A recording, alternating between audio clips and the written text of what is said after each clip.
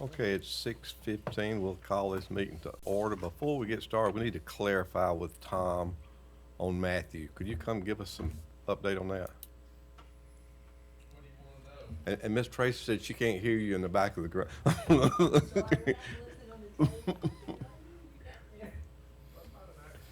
This question? Is Matthew a member of the DDA right now or not? My understanding is that he is until the council makes a decision. My understanding would be different. Not that I don't want Matt on the DDA, but the rules as they are right now is a council member has to resign from all the posts except for Villa Rica Development Authority, and that's appointed by the city, not by Right. themselves, so. What Mecklen said was that this authority also could have a council member. If the city's council so Right. desires. And they have not made a decision. We want them to appoint Matthew, but they haven't appointed Matthew. Again, So tonight, I should not vote on anything. Maybe even sit down over there, or no? What do you think, Tom? My glass is half full. I think since they hadn't made up their mind, that Matthew should go I ahead know and that Kurt participate. is on the development authority. His post expired, and Mecklen ruled that until he is replaced, he is a member. That seems reasonable. But that's not a city council member. Yeah, Tom, Just my not a recollection voting was member. that David said when I got sworn in, I was automatically resigned or forego, Well, my I'd say you're position. off then. Yeah, that's what I recall. Yeah. I would think we just need the city council to add it to their agenda and Right. make a decision. But it's not on Unless this. you and I talk to him tomorrow night and see if we can get him Okay. to do something. Well, while we're at it, can I make a motion to the DDA that we recommend to the city council that Matthew be reappointed or appointed as a council member? Then I make that. Okay, we got a motion from Bill to recommend Matthew as a council member for the DDA, right? Correct. All right, do we have a second on that? I'll second it. All right, motion to second, all in favor? All right, now we'll move on Thank you. down to Now, minutes. can I have a seat? Thank you, Matt. Consideration of minutes. Everybody taking a chance to look over our minutes from our last meeting? If so, do I have a motion? Move to approve. I got a motion to approve by Michael. Do we have a second?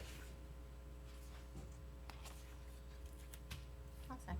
Motion to second, all in favor? Okay, Mr. Carl has pulled out the financial report. Well, no, the one I gave you is Okay. for CVB. Okay, The DDA doesn't really have anything, because it hasn't done anything since last month except for pay a legal bill of $105 and collect some interest of $12. But aren't we supposed to be paying for the gateway signage?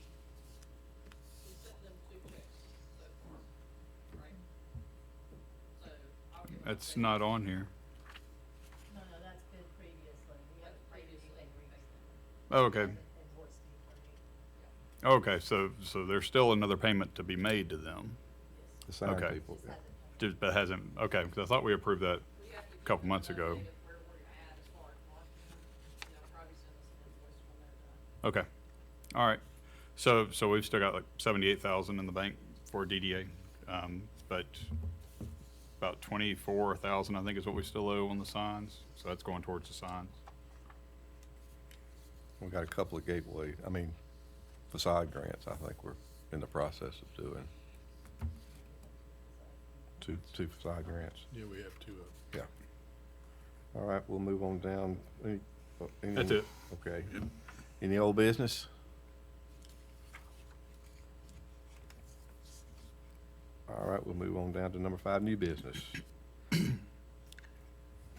on the right one. Okay. Did we skip? I'm on the wrong one. I'm on the Did we skip CVC.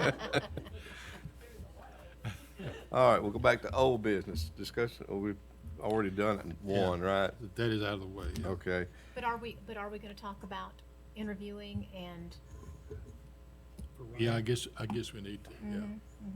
Okay, well, Bill or Kimberly? Go ahead, Kimberly. I made a few calls today and asked Element Brayer, Deborah Hohenstein, and Thomas Bruno if they were still interested in their name being in the hat. And two said yes, one said no. Deborah Hohenstein is not interested, but the other two are and would like to be considered. Were there any more applications? I don't know anything about that. I didn't get anything from Okay. So how long were they out there to the public? What, 2 weeks? Melissa. 2-week time limit. 2 weeks? So I posted it the day after our last meeting. Okay. Okay, so we have 2 applicants and possibly 2 openings. Correct. Okay, all right. Do we need to just consider these tonight, or? I don't think we're ready yet, are we? I don't know, should we put it out there Because- for, We don't know for sure about Matt until, right, I guess we better wait. Is a city council member appointed to this board? Is it I know it's a voting member, but is it part of the head count? Or is it separate? Yeah. Think so? Okay. So we want to table that till the next meeting then? yeah. Okay. Expansion of boundaries. Whose is that? No. Is that yours, Tom? That's the map you all have. So we, I asked Chris to put together a map for you guys to look at as a possible expansion of the footprint in order for you guys to consider participating in the, bond issuance of Arbor Valley for the apartment development north of Anderson. And after we talked last time, my understanding was that you wanted to make the addition at least include all of the proposed TAD. So what you have before you isn't just enough of a boundary increase to cover the apartment complex, but also picks up David Scherner's property going out to Punkintown and the piece north going up to Old Stone. And the way that we tried to make it a little bit more aesthetically pleasing was we picked up everything south of Anderson and west of Cleghorn to fill in from your current boundary up and over. So that green area is what we're talking about you adding. And the two reasons that I would recommend it for you, that you consider this, one is I'm looking for an opportunity to get some additional workforce housing in the city. I'm getting complaints regularly when I meet with the guys that run the businesses in the industrial park that they can't find people to fill jobs out there. And then secondly, there is a potential financial benefit to the board if you participate in the bond issuance. So I think either one of those are good reasons, and together they're some doubly good reasons. Now, whether you wanna do this particular boundary increase, I think you need to talk about again, especially the way we filled it in on the inside with all that residential stuff south of Anderson and west of Cleghorn, but if you like that, then. Does everybody see what he's talking about Yeah. there? I Tom. see it. Tom, doesn't the proposed Mirror Lake connector go right through that area anyway? The proposed Mirror Lake connector, as it now stands, would be entirely within your footprint, This footprint right here? the new one. Yes, right. Yeah, it would, right now, the road is coming off of North Carroll and meeting the west end of Garden, I think, not McCauley. McCauley is the one next to the church. Garden is the one north of that, so it comes in on the west end of that and then goes out through property that we own and then Bruce Scherner's property over to, and tees in the shoreline at the red light.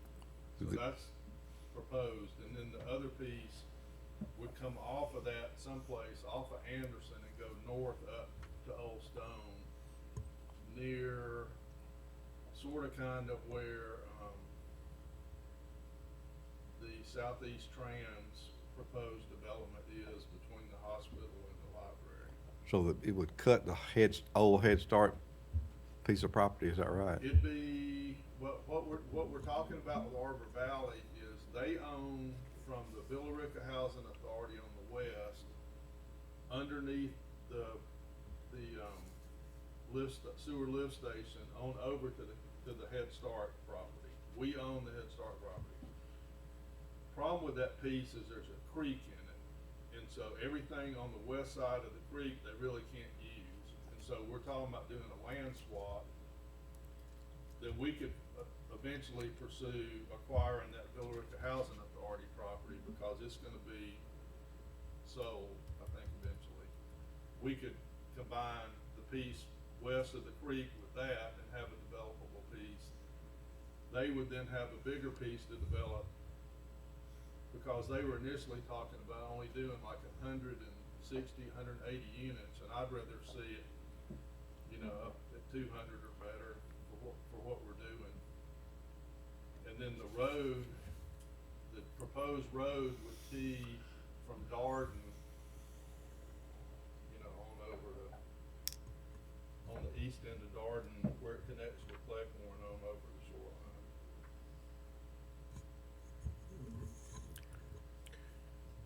If this becomes part of the DDA geographic footprint right here, would the same ordinances apply to the entire footprint as currently applies to the downtown area? That sounds like an attorney question. I guess would it is. think- my gut would be it'd be safer for y'all to make that decision. Prior to it being blessed as part of the footprint? I don't know, it would seem like you'd have to approve the footprint first and then apply the overlay. Chris? To my knowledge, the zoning ordinances do not follow, excuse me. Talking about downtown overlay is distinct from DDA, or is it the same Well, thing? I think in my mind, they're the same, but I think it's been changed recently to be different from that, I think. Correct. And in fact, a couple of months, we'll be back talking about the rewriting of the zoning ordinance as well. But to your question, the zoning ordinance really applies to property itself, not to the boundaries of the DDA. That's determined by your board.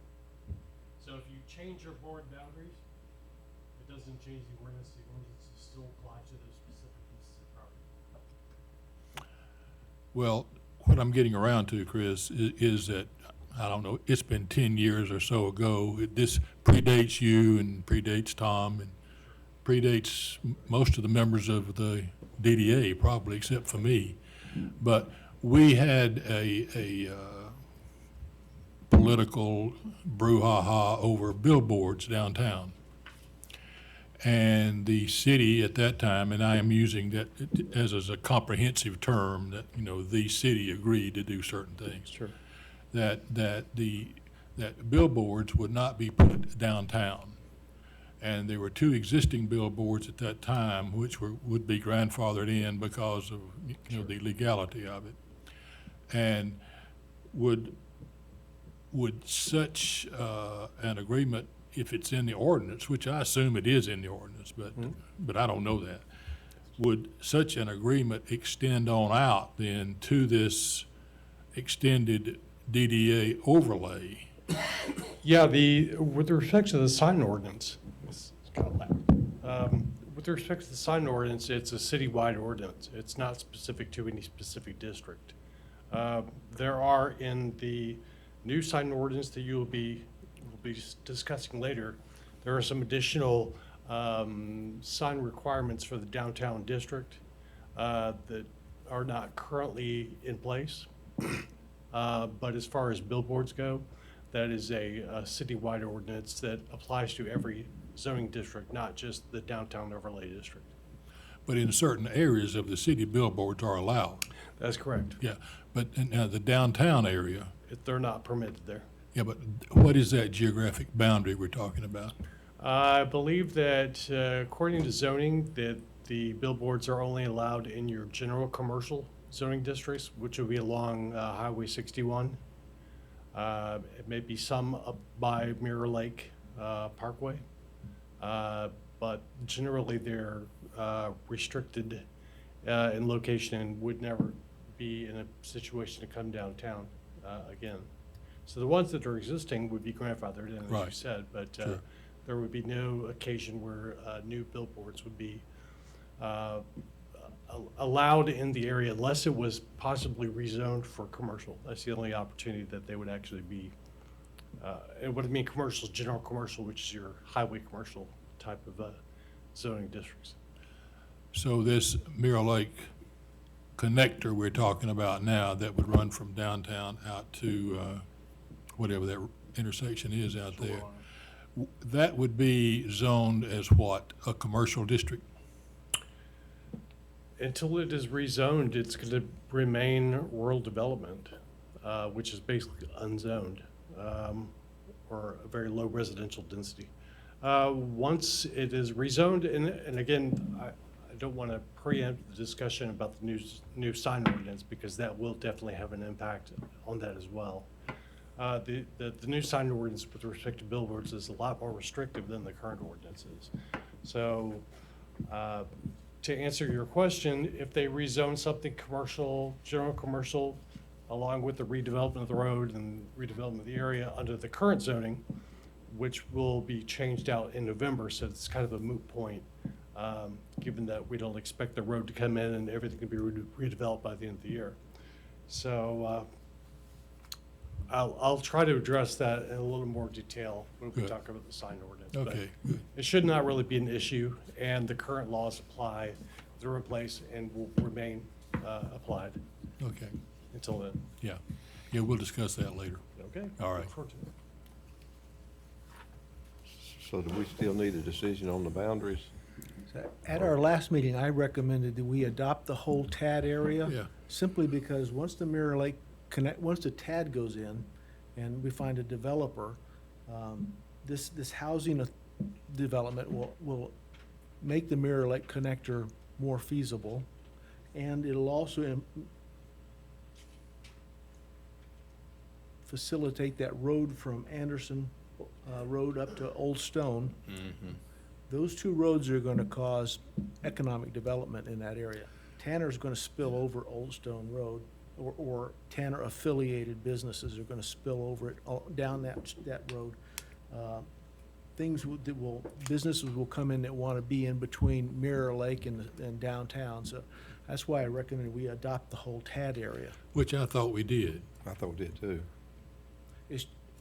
It's just that this has got some fill-in that wasn't technically part of the TAD area, just to make it aesthetically pleasing and complete. And contiguous. Yeah.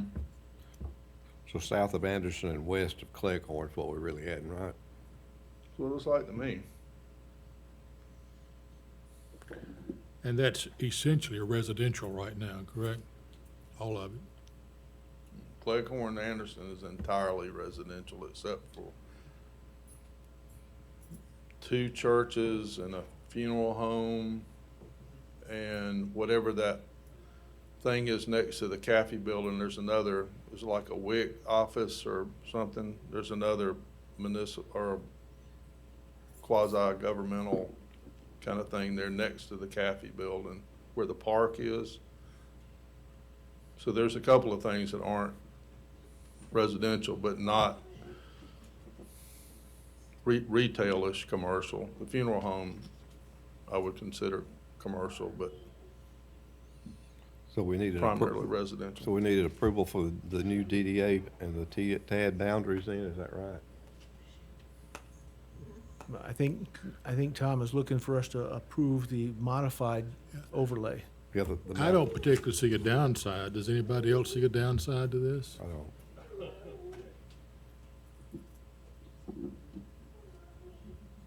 So do we need a motion then? So be it, yeah.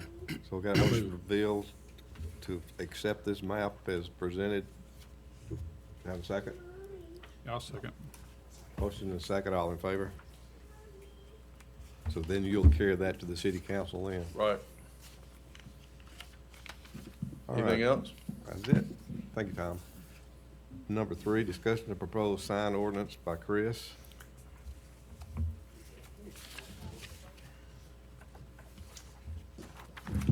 I feel like saying, okay, now where was I?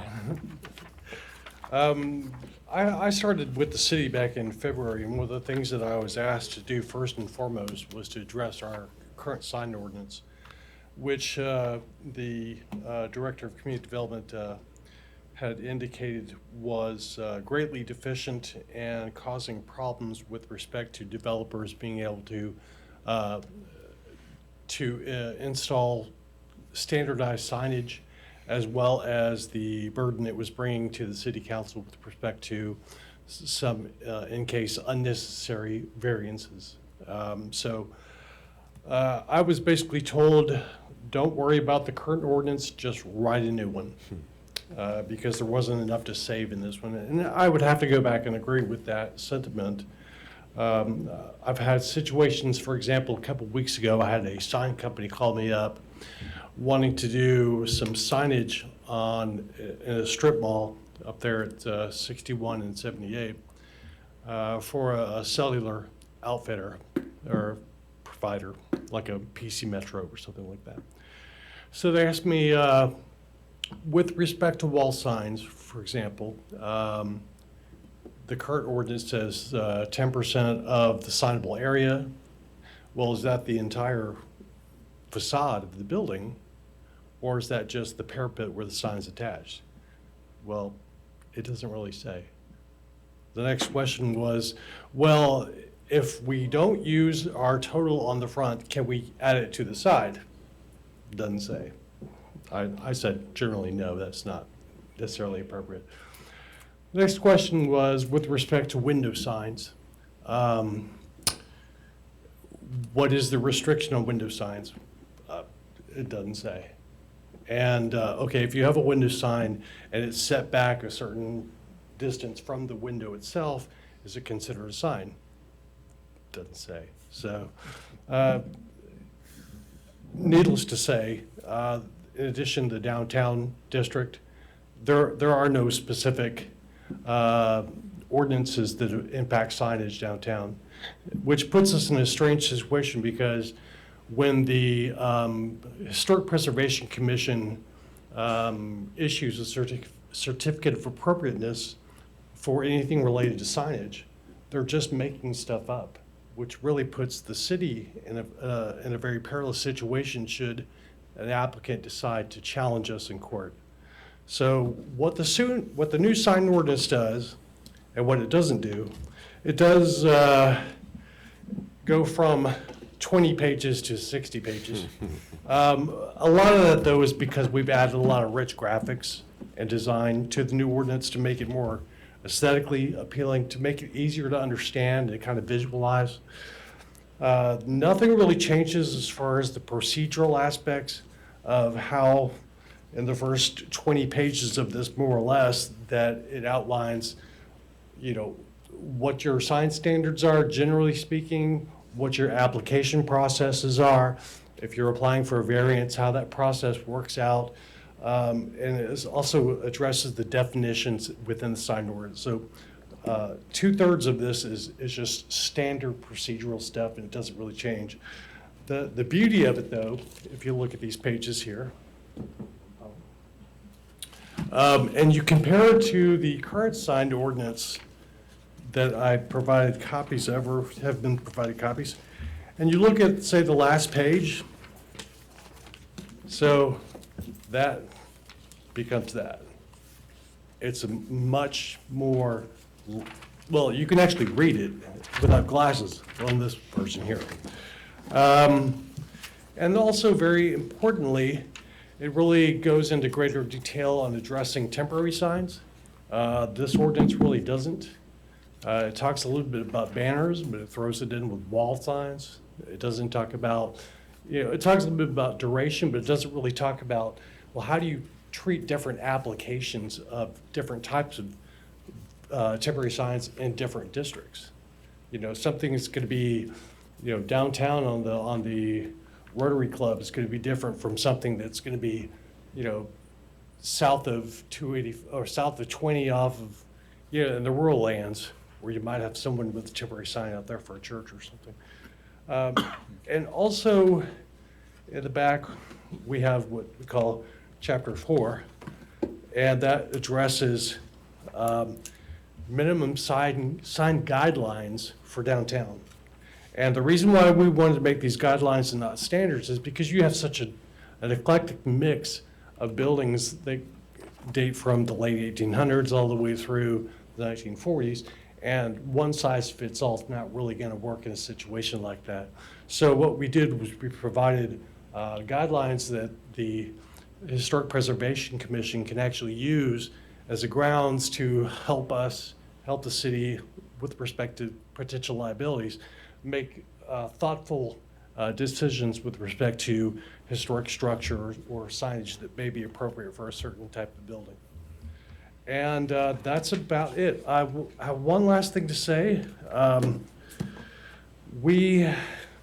After I drafted this ordinance, I took the last 2 years of sign applications and ran it against the ordinance to see what would happen. And of the 124 signs that were approved by the city over the last 2 years, 23% did not pass this ordinance.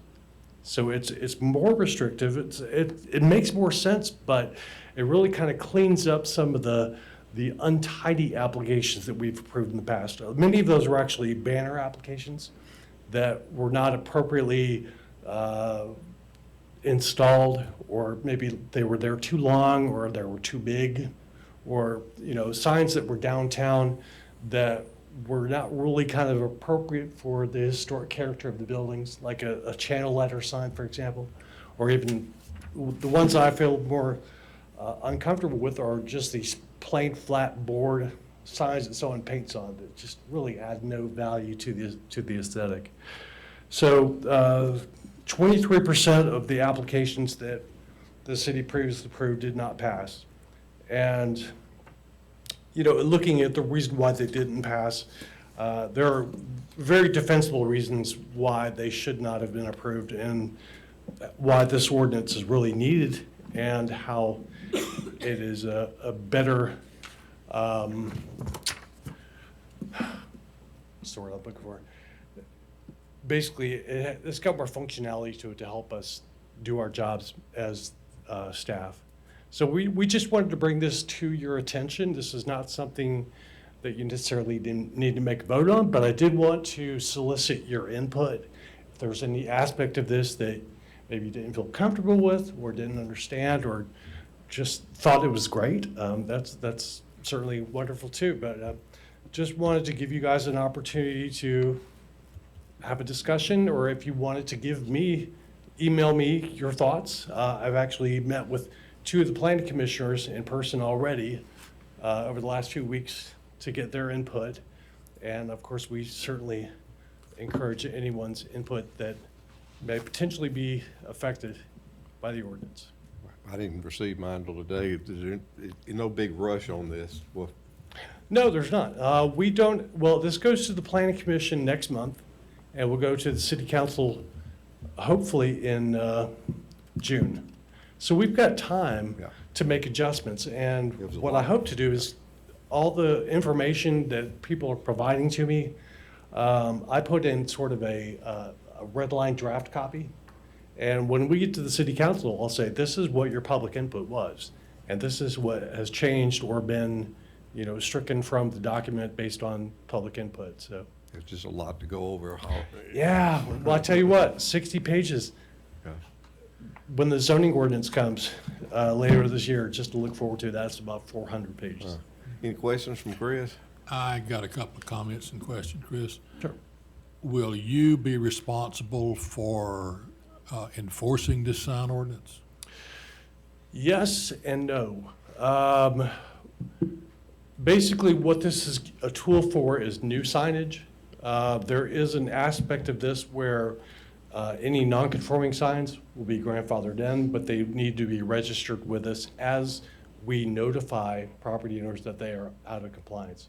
So it's going to be a challenge from the standpoint of catching everything bad that's out there. Our code enforcement department is going to be studying up on this for the next few months, and they're going to be the ones that are going out there and identifying some properties that may be an issue. But from our end, we're looking at the new stuff coming in and making sure it's of the highest quality standard that we can get. And then also allowing those that are grandfathered in to be, legally protected until such time they decide to take action to change the sign or alter the sign, in which case they'd have to bring it up into compliance with current code. So if they have a question, they'll probably come see Chris and say, Chris, ride out here with me and Sure. let's talk this one over. Yes. Okay, getting back to billboards again. We had this agreement years ago that when property changed hands or a lease for the billboard expired, then that billboard needed to be disposed of because the legality of it was gone at that particular point in time. Is that still something that is in here, or does that need to be in another ordinance? I don't know that that is even in the current ordinance, to be honest with you. And that's something that I would prefer to look into without giving you the wrong answer. Okay, fine, yeah. But as far as the current ordinance goes, if you are legally entitled to have something on your property at the time, if it switches ownership and the use doesn't change or lapse, then it should be allowed to legally continue. If though there is an abandonment of such use, then the city may come in and require that the property owner take down the structure and comply with current code. That's general law, in the state. That's kind of common sense, and Yeah. well, Otherwise it would be eminent domain of the city coming in saying, we're taking your property, which is, we're taking your billboard. We don't want to put ourselves in that situation. yeah, well, not everybody demonstrates common sense, of course, and Well, of course. common sense and arrogance sometimes are related in that the absence of the former leads to the latter. Yes. So these have been an issue in the past, and I would just like you to be aware of it as we move forward. Yes. On the issue of temporary signs, such as banner signs and so forth, advertising a business opening would possibly be a temporary sign. Is there a time limit and a size limit and that in there? Yes, there is. In fact, if you look on, shall we say, page 39, there's a really nice illustration of temporary banner signs on the top illustration. That gives you the information about the sign face area, the setbacks, the time of display, just to make it really easy so you don't have to go looking for it somewhere in there. How many you're allowed to have? What kind of time frame is reasonable for a business opening sign or a special sales sign or something along that line? Well, I mean, it's a subjective question, but I would suppose 30 days. I don't know. Yeah. The ordinance here basically says 14 days, and you have twice a year, and you can actually renew those back-to-back consecutively 2 times. I think the current ordinance is that it's 30 days, and you can renew it 3 times. I actually, in doing my research for this rewrite, I mentioned going back and looking at the applications that have been approved. There was a business here in town, you probably will see it once you're more aware of it, of what I tell you the story about. This application was for a banner. They were coming back requesting a reissuance of the temporary sign permit, and it was granted. Now, this application was basically from a renewal from the prior year. So this started in 2017. This is renewed 2018. And I said, I bet those banners are still out there. And lo and behold, they've been there for 2 years, stuck on a fence, stuck on a building, stuck in the windows. They had 6 banners for this business. Now, I don't want to rat anyone out, but that's a little, it's just concerning because this business is a sign-making company. Oh, well. Maybe that was outside advertising of their wares rather than advertising the business. There you go. It was just a product demonstration. It wasn't really a sign. So, anyway, In chapter 4, there's a lot of the sign should be coordinated, the scale of the sign should be this, the sign should be designed and placed in order. yes. If we have a dispute with one of the business owners, and that happens a little bit here, how legally enforceable is this should be? Well, the difference is between should be and shall be. Of course, shall be being mandated standards or law, and should be is really governing the direction and guidelines, providing some flexibility. It's really meant for the enforcing body, which in this case would be the Historic Preservation Commission, because they're the ones that are issuing certificates of appropriateness on applications they receive. Currently, they don't have any standards, any guidelines, anything that would actually give them some direction. This is really intended to help applicants, to help property owners to understand sort of the parameters in which they should look to achieve, but also give the governing body something more concrete in which to evaluate applications that are presented to them. So I think that's the difference between being shall and should. And as far as being legally defensible, it's. You said we've got an eclectic collection of buildings Well, here, you so do, of each course. building could have slightly different standards, and one business owner said, you let him do that and you won't let me do this? Sure. Well, that's why there's some general standards in the base law itself, which address illumination, materials, how things are displayed, that are citywide or actually specific to certain zoning districts, so to speak. The one for downtown is really only those historic buildings in the 3-block area on both sides of the tracks. It's really not, a challenge to figure out, the different types of buildings. They've got some historic buildings that have like a 1950s front on them. It's like, what do you do there? How do you try to encourage them to change the front?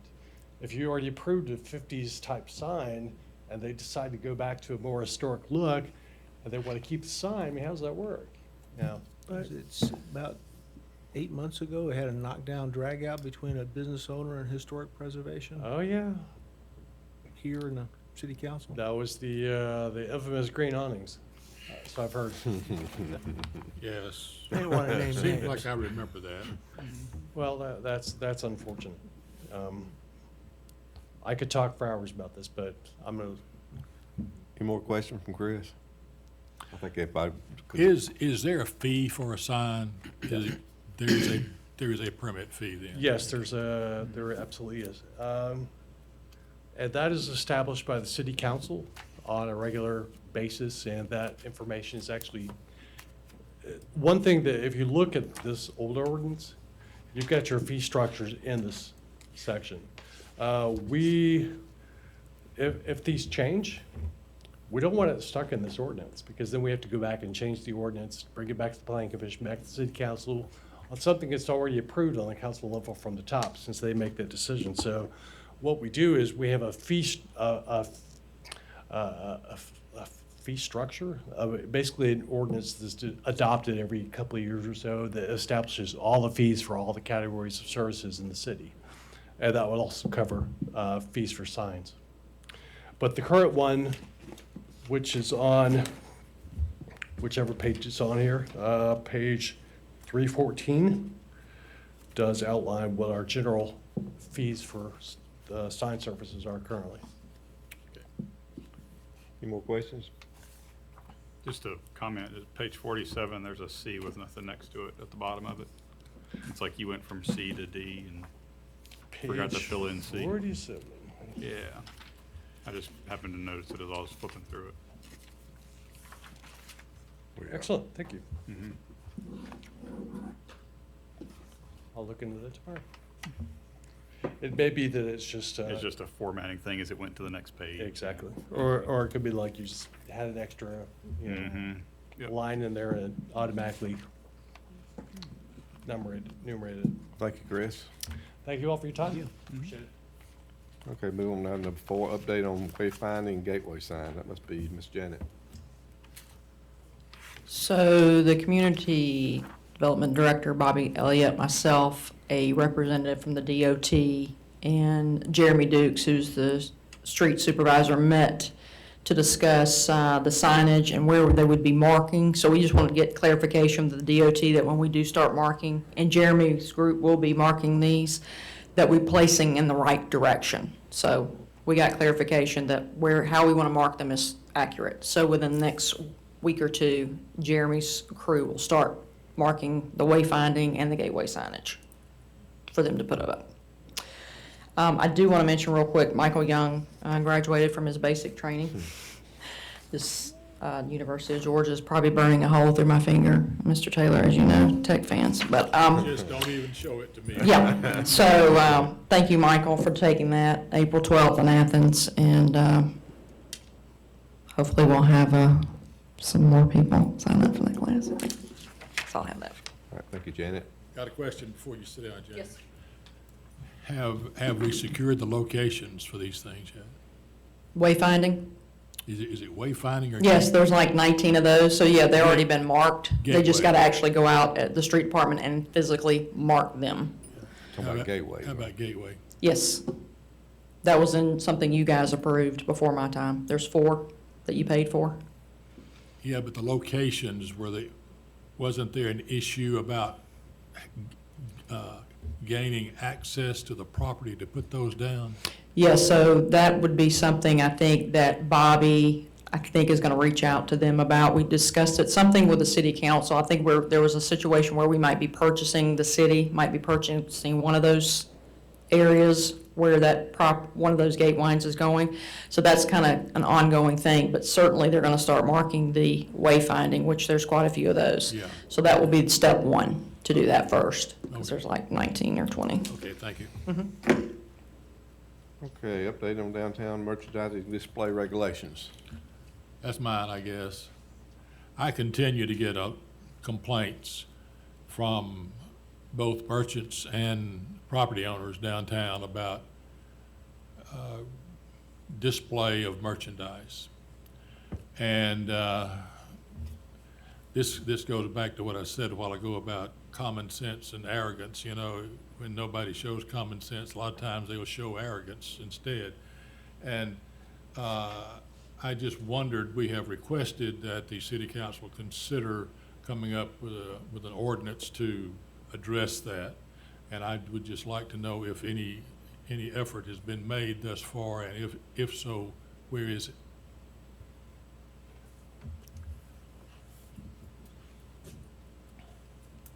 I've talked to Bobby about the one particular offender.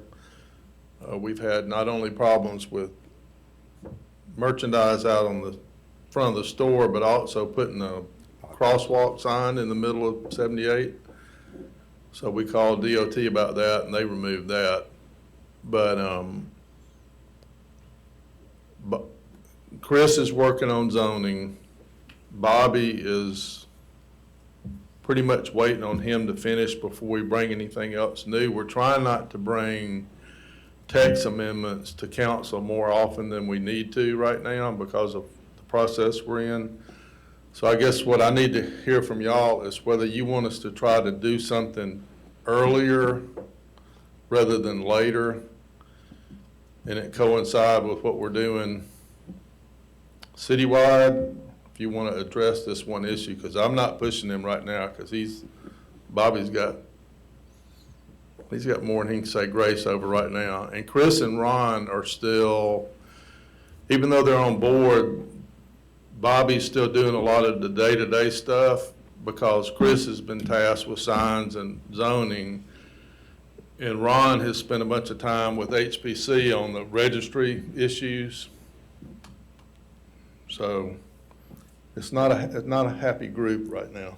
Since most of this merchandise is displayed on a sidewalk, does it present any safety issues I by think reducing the so. amount of space between pedestrians and cars?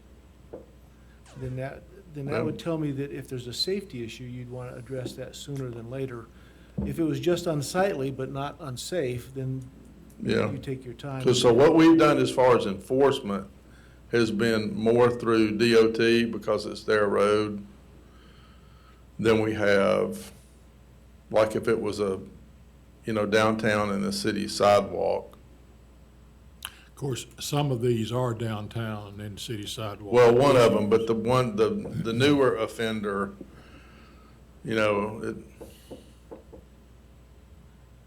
it's an unusual beast. I've never seen anybody do that before. Well, there are at least two downtown that Oh, yeah. are on the So edge. code enforcement is working with those guys. And in fact, we've actually made progress on one of those. Y'all are gonna be, if we ever complete the process, you'll be happy with what's happening with one of them.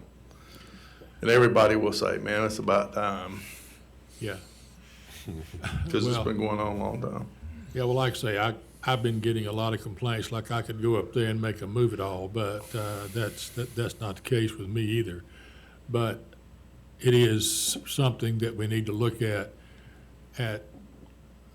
our earliest convenience. Okay, However you define that. I'll try to get back with Grant, with DOT, and see what they can do, because whatever we do, I want it to coincide with what they will and won't allow us to enforce, because it's not ours.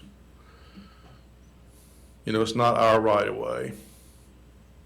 That's on that. On the one that Yeah. sort of brought this to a head. Yeah, Yeah.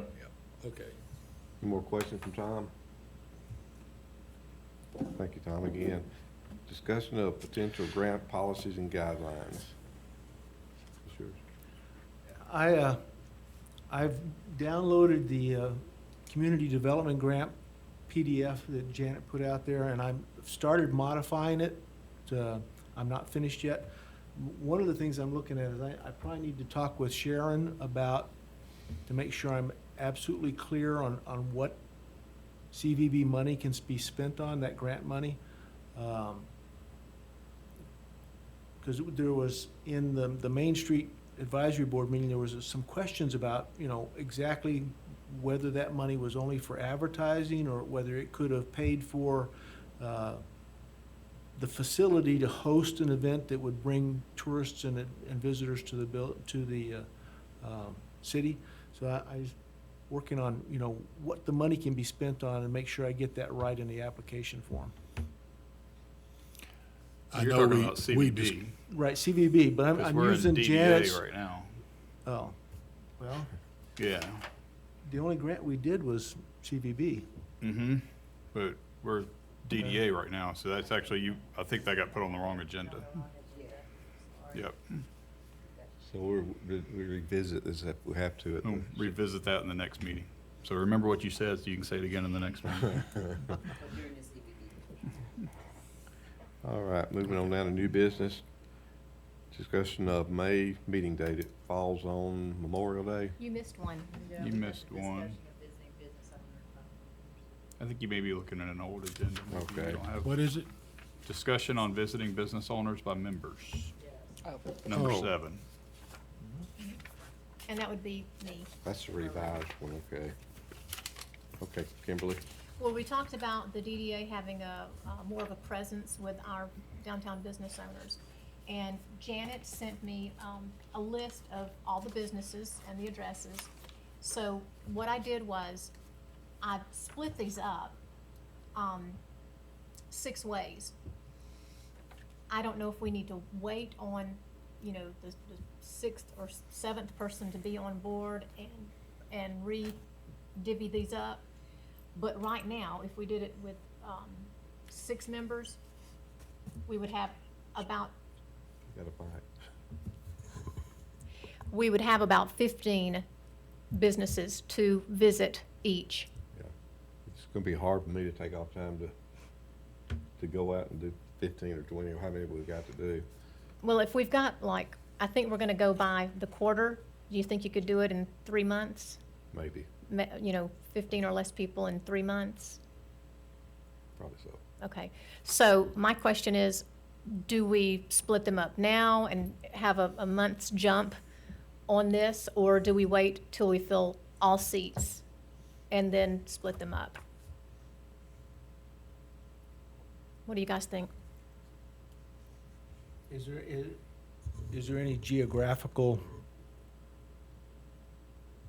preferences, like, you know, with you getting the ones that are all around your Doyle's, or, you know, staying on one side of the street? If there's no geographical preferences, then we can assign it to member blank and get started on the ones we're assigned.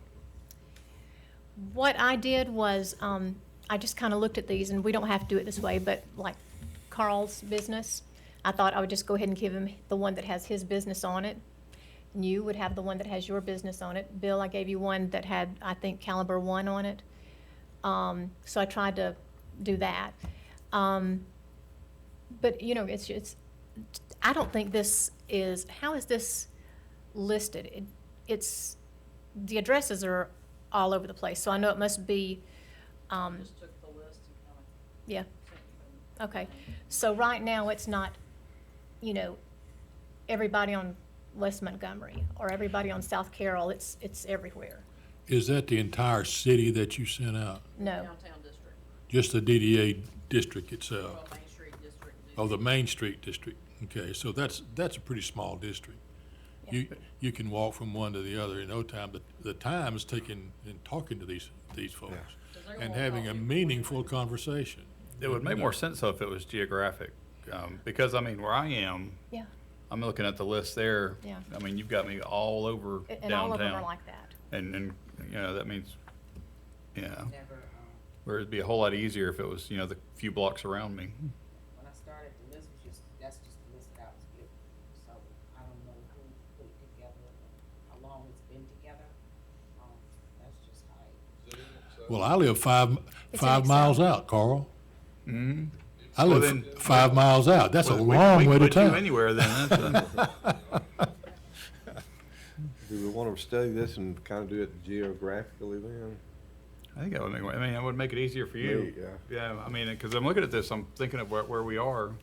That would make sense, because none of us are next to each other, our businesses So are. we're gonna table this then, maybe till next meeting? Would you like for me to shuffle it around so that it is in order by address and then present it again That next sounds meeting? good, yes. I think it would be good also, Kimberly, to do it among 7, because Okay, we need to make that recommendation ASAP and get that done, and that would be a good thing for new members to do Yeah. also. okay, I can do that.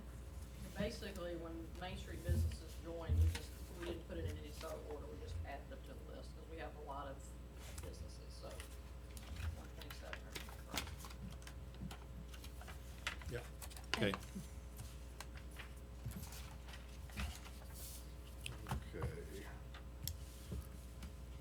Okay, now we're down to new business, is that right? Yeah. Discussion of made meeting date, all right. I'm on the right agenda again. So May 27th, obviously, is our next meeting time, and that's Memorial Day. So do you guys want to do it the Monday before, which would be May 20th? I don't have a problem. Tracy, do you have a problem? Anybody else have a problem? Sounds perfect to me. All right. All right, moving on down to number 6, public comment. Ken, items for future agenda. Executive session, do I have a motion to adjourn? So moved. All right, I'll second it. motion and a second, all in favor? All right, we'll move on down to the Convention and Visitors Bureau. It is 7:10, we'll call this meeting to order. Has everybody taken a chance to look over the minutes from our last meeting? So to have a motion?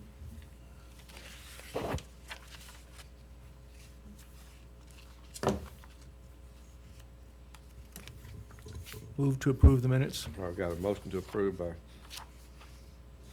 you have a second? I'll second. Motion and a second, all in favor?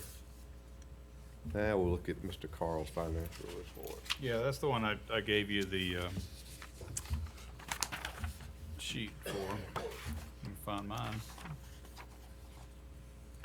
And that just shows the, where we stand income and expense wise through March 31st, from January 1st through March 31st, so the beginning of the year till the end of last month. And I was gonna do a comparison to budget, but I've got to tweak the budget numbers a little bit because of the grant that was given last month, because I had that spread out throughout the year, so I've got to bring all that into just last month. Because it was 10,000 over the whole year, so I got to bring that into last month and tweak the budget numbers, and then I'll present that next month, showing you how we compare to budget. But we're real close to budget right now. Basically, everything that's come in has gone out. You'll see there surplus of about 4,400 right now. In the bank is 41,000, which is what we started the year at. So we're right there. Any questions about any of the items on the list there? And we're actually ahead of budget right now because the collections that we've gotten from the taxes are more than what we had projected. I was projecting 12,000 a month, and you'll see right there, 3 months, we're at already, what's it, 15,000, 15,500, around there, per month. Yeah. So, Any questions? All right, we'll move on down to old business. Any old business? The only one is that CVB grant thing that I mentioned that I'm working on. I'm ripping off and duplicating Janet's community grant program, but changing some of the requirements in there because CVB requirements are different. But and hopefully I'll be able to tell Tracy that I've got it for the next meeting. Okay. Any more old business? Any new business? This must be Miss Sharon's. We have a video that I guess was put together some time ago that plays at the state visitor information centers. It is so outdated, like it has, a business on there that we really don't want featured. So you all have the new contract there to get it updated. We split this between the CVB budget and the Gold Museum budget. So the Gold Museum, so he has a portion. Our portion is what you have in front of you. It's $1,998. Sharon, how often does that video show at a visitor center? It runs, thought I put it on there. It continuously runs throughout the day. And it's a 15-second video. But it's one of many videos that run throughout the day, correct? Right. It cycles, just keeps, it just cycles through all day long. So somebody showing up may or may not be there when that particular 15-minute segment is showing. It's just It just continues around random, whoever happens to be there looking at the screen. 15 minutes, 15 seconds. seconds. Seconds. Both of them. Do you know how many videos are on the I have to look, System. I have the old video, I can look and see how long it runs before it cycles back through. I think we were at the, like a 8-minute mark or something. So, we're And kinda, all of them are about 15 seconds long? yes. There's a lot of them then, huh? Well, that one is focusing on West Georgia, so, as opposed to the entire, you know. So this one is only at West Georgia? It's West Georgia, but it's at Tallapoosa, but it also plays at Ringgold Okay, and Columbus. okay. So it Those are our what we call our sister centers. So plays on 75 and 20 and 85-ish. the offshoot of 85. Right, yeah. Yeah, You know, okay. 985, whatever it's called. Some Yeah, kind of weird Yeah, something. or whatever. 185, I think. It's 185, yeah. Okay. Any question from Sharon? And we're providing the video footage? Say that again? We're providing the video footage? Is that what it Yes, is? so Words in Motion has agreed to film the new video for us. We wanted to wait until everything was blooming and looking good, instead of, because when we first spoke to them about it, it was, you know, dreary and gloomy. They are going to use input from you Oh, yeah. to what they do, though. They're just Right. not going to walk down the street and shoot. No, no. Okay. You'll have control over that. Right, we gave them some, as Janet says, purpose and direction. Okay.